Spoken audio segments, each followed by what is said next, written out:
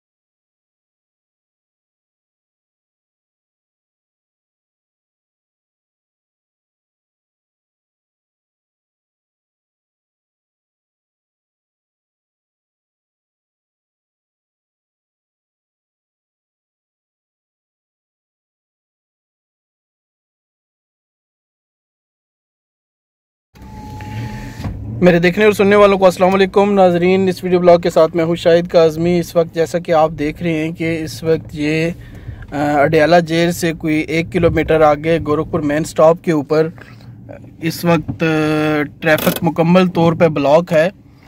Traffic blockage की वजह यह है कि 2 ग्रुप्स के दरमियान यहाँ पे 2 दफ़ा फायरिंग का तबादला हुआ है और फायरिंग का तबादला होने के कुछ देर बाद यहाँ पे कुछ वीगो गाड़ियों के और छोटी कल्टस गाड़ियों के दरमियान भी कुछ तसादम हुआ जो मामलात को बढ़ावा देने का सबब बना है।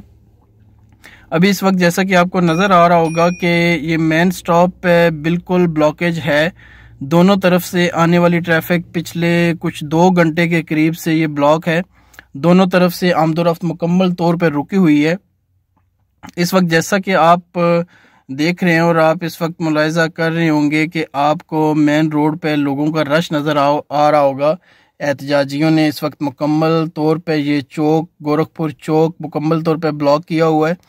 इस ब्लॉकेज की वजह से पिंडी की तरफ जाने वाली ट्रैफिक को बरास्ता अडयाला रोड काफ़ी मुश्किलात का सामना है। इसी तरह जो ट्रैफिक रावलपिंडी से आ रही है, चक्री इंटरचेंज की तरफ जा रही है, चौंतरा की तरफ जा रही है, या इसी तरह आगे चकबेली की तरफ ये रास्ता निकल जाता है, तमाम रास्ता ये इस वक्त मुकम्मल तौर पे ब्लॉक है।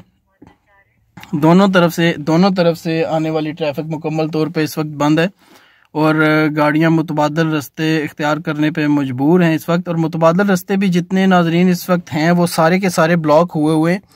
जितने मुतबादल रास्ते हैं उन तमाम मुतबादल रास्तों के ऊपर इस वक्त ट्रैफिक का बोझ बहुत ज़्यादा बढ़ चुका है। इसके अलावा मुतबादल रास्ते जितने मौजूद हैं वो गोरखपुर जो गांव है उसके अंदर से मुख्तलिफ गलियों से होके गुजरते हैं और इस वक्त गलियों के अंदर भी ट्रैफिक मुकम्मल तौर पे ब्लॉक हो चुकी है।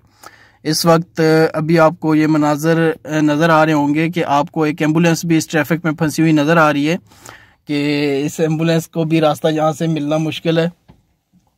और ये मेन रोड के दरमियान जो तसादम के दरमियान जो गाड़ियाँ इस्तेमाल हुई हैं, जो फायरिंग के तबादले में दोनों गाड़ियाँ इस्तेमाल हुई हैं, वो गाड़ियाँ भी खड़ी हैं और लोग दीगर मुतबादल रास्ते अपनाने के ऊपर मजबूर हैं।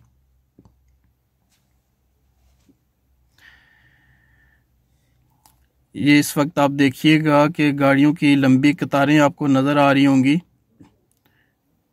और ये कोई पिछले 2 घंटे से ये ट्रैफिक यहाँ पे ब्लॉक है। और 2 घंटे से सबसे अहम बात यहाँ पे ये है कि कानून नाफिज करने वाले इदारे यहाँ पे बिल्कुल भी मौजूद नहीं हैं। इसी गोरखपुर चौक के कुछ फासले पे सरकारी हसास इमारात भी मौजूद हैं, सेंट्रल जेल भी मौजूद है यहाँ पे इससे 1 किलोमीटर के फासले पे। लेकिन ये जैसा कि आप देख रहे हैं कि यहाँ पे मुकम्मल तौर पर ट्रैफिक ब्लॉक है। कोई इसको ट्रैफिक को खोलने का कोई मैकेनिज़्म नहीं अपनाया जा रहा।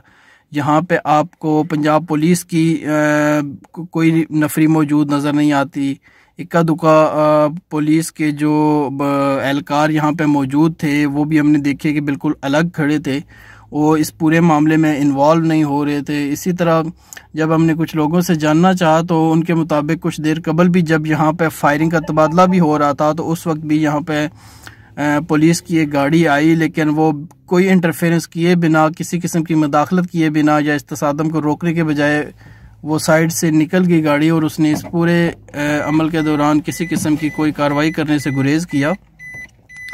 और इस वक्त भी जैसा कि नाजरीन आप देख रहे हैं कि इस वक्त रात के इस पैर भी यहाँ पे ब्लॉकेज है, लोगों को शदीद मुश्किलात का सामना है।